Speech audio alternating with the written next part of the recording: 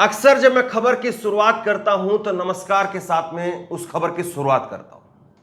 लेकिन एक खबर राजस्थान के उदयपुर से सामने आई है और इस खबर की कहां से शुरुआत करें, यही उधेड़बुन में चल रहा हूं। राजस्थान के उदयपुर से जो खबर सामने आई है, वहां पर एक व्यक्ति की गला काट करके हत्या कर दी गई, निर्मम तरीके से, बेरहमी से मार दिया गया।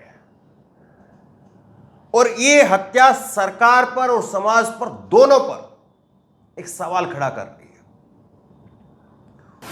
और इस हत्या के पीछे जो लोग हैं, हालांकि 2 लोगों की गिरफ्तारी हो गई है। मैं आपको धीरे धीरे करके खबर भी बताऊंगा और इस खबर के जरिए हमें क्या समझने की जरूरत है। सरकार तो ना जाने कहां पर सो रही है। सरकार अगर कहीं पर होती तो अभी तक ये कार्रवाई जो है इस प्रकार से होती कि इस प्रकार की जो घटनाएं हैं वो शायद नहीं होती। राजस्थान के उदयपुर में हुआ ये कि एक लड़के ने अपनी एक डीपी लगाई, जो प्रोफाइल फोटो लगाते हैं, और नुपुर शर्मा, जो मामला पिछले महीने हुआ था, उस नुपुर शर्मा का समर्थन किया। और उसके बाद में 2 व्यक्ति पहुंचते हैं उसके पिताजी की दुकान पर। उसके पिताजी की दुकान जो है टेलर की दुकान थी, कन्हैया लाल उसका नाम था। उसकी दुकान पर पहुंचते हैं और 2 व्यक्ति वहां पर उस दुकान पर पहुंच करके अपना नाप देने की, टेलर जो मेजरमेंट होता है वो देने के लिए उसको बोलते हैं कि आप कोई फला कुर्ता वगैरह जो है बना दीजिए। वो व्यक्ति उन दोनों का नाप ले रहा था और इतनी देर में ये लोग जो वहां पर मारने के लिए गए थे वो अपने से भी वीडियो बना रहे हैं, उनके चेहरे भी हैं। इतने घिनौने चेहरे लग रहे हैं मुझे, मैं उनके चेहरे देखना और दिखाना पसंद नहीं कर रहा हूं। वो व्यक्ति उसके बाद में उस नाप लेते हुए कन्हैया लाल की एकदम से चाकू निकाल करके गला काट करके हत्या कर देते हैं। वो व्यक्ति चिल्लाता रहता है। वो वीडियो मैंने सुनी है, मैं आपको नहीं सुनाऊंगा। हो सकता है कि आपको इधर उधर से व्हाट्सएप के जरिए और ना जाने किस किस ऊपर नीचे लाइन लगा करके जो है वो वीडियो आपके व्हाट्सएप पर पहुंचेगी। लेकिन उससे पहले सुनने की जरूरत है। उसकी हत्या कर दी जाती है और हत्या करके ये जो दोनों हत्यारे हैं, ये हत्यारे दोनों, वो चाकू, भयानक चाकू है वो चाकू कोई सामान्य चाकू नहीं है, वो भयानक चाकू लेकर के, और फिर जो है वो वहां पर बताते हैं कि मेरा नाम ये है, इसका नाम ये है और हमने ये काम किया है। तुमने बड़ा तीर मारा है ना। कौन सा तीर मारा है तुमने? ऐसा तीर मारा है जिस समुदाय के लिए और जिस समुदाय के पैगंबर की बात तुम कह रहे हो अपने मुंह से, कभी सोचा है उस समुदाय के और उस समुदाय के पैगंबर के चाहने वाले लोगों का क्या हाल होगा? तुम्हारी इस हरकत की वजह से ना जाने कितने लोगों की जिंदगी तुमने खतरे में डाल दी है। तुमने सोचा इस बारे में? ये हैवान है, आतंकवादी, हैवान, ऐसे जितने भी शब्द हैं वो सारे के सारे इन लोगों के लिए कम है। ये किसी धर्म के नहीं है। अगर किसी धर्म के होते, कोई व्यक्ति किसी परिवार का होता है, कोई व्यक्ति किसी धर्म का होता है, तो उसके बारे में वो सोचता है कि मैं जो काम कर रहा हूं तो मेरे काम का मेरे परिवार पर क्या असर पड़ेगा, मैं जो काम कर रहा हूं मेरे इस काम का मेरे धर्म पर क्या असर पड़ेगा। ये वहां पर वीडियो बनाते हैं। अब 2 लोगों की गिरफ्तारी हो गई है। राजस्थान के मुख्यमंत्री अशोक गहलोत सामने आते हैं। अशोक गहलोत कह रहे हैं कि हम कड़ी से कड़ी कार्रवाई करेंगे, कोई बख्शा नहीं जाएगा। 2 लोगों की गिरफ्तारी हो गई। लेकिन सवाल उससे बड़ा है। गिरफ्तारी हुई, मैं अच्छी बात है ये नहीं कहूंगा, यहां पर गिरफ्तारी तो होनी ही चाहिए थी। इसमें अच्छी बात और वो बात कहकर के कोई इनको तमगा देने की आवश्यकता नहीं है। सवाल यह है कि अशोक गहलोत की सरकार हो, ममता बनर्जी की सरकार हो, या और दूसरे किसी राज्य में, गैर बीजेपी शासित राज्य की मैं बात कर रहा हूं, उसके बाद हम बीजेपी शासित राज्य में भी आएंगे, क्या इनको इस बात का अंदेशा नहीं है कि जिस प्रकार का माहौल ये था और जिस प्रकार का माहौल लगातार है, तो उसमें इस प्रकार की घटना हो सकती है, नहीं हो सकती है? क्या इनको कोई अंदेशा नहीं इस बात का? क्या अपने लेवल पर इनकी कोई जिम्मेदारी नहीं है? हमें सवाल पूछना चाहिए। हम सवाल करेंगे बाद में, मोदी से, अमित शाह से और फला फला बीजेपी के तमाम मुख्यमंत्रियों से सवाल करेंगे, लेकिन सवाल पहले इनसे कि क्या इनकी कोई जिम्मेदारी नहीं है? मुझे याद आता है जब करौली के दंगे हुए थे, करौली के दंगे, और अगर ये क्रोनोलॉजी को कुछ समझें, और इसीलिए मुझे एक अंदेशा है, इसीलिए मुझे जो है ये खबर बड़े अपने आप में जो एक अलार्मिंग की तरह से लग रही है, एक घंटी जो होती है ना उसकी तरह से खबर लग रही है।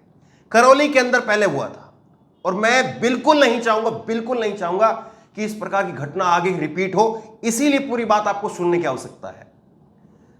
मुख्यमंत्री अशोक गहलोत ने कहा था अमित शाह के लिए, मुझे याद है अच्छे से, और वो खबर मैंने आपको दिखाई थी, मैंने खुद बताई थी। अमित शाह के लिए अशोक गहलोत ने कहा था कि मैं अमित शाह जी से डिबेट करने के लिए तैयार हूं कि यह घटना क्यों हो रही है, इसके लिए एक जांच कमेटी बैठाई जाए। यह अशोक गहलोत जी ने कहा था कि यह पैटर्न क्या है इसके पीछे। करौली के अंदर दंगा हुआ, करौली के बाद में और दूसरे शहरों में दंगा हुआ, और फिर जो है मध्य प्रदेश, उत्तर प्रदेश, और ये आगे तक जो है ये आग पहुंचती चली गई, गुजरात तक ये आग पहुंच गई। तो फिर उन्होंने कहा था कि एक राज्य का मसला नहीं है, ये कई राज्यों का मसला है, आपको जो है इस पर जांच कमेटी बैठाना चाहिए कि आखिरकार इसके पीछे कौन लोग हैं। और कायदे से अशोक गहलोत को जल्दी से जल्दी, क्योंकि जितनी देर होगी उतना नुकसान होगा, जल्दी से जल्दी इन लोगों की गिरफ्तारी जरूर हुई है, लेकिन इन लोगों के पीछे किसका माइंड था, कौन मास्टरमाइंड था, कौन लोग इन लोगों को लेकर के आए?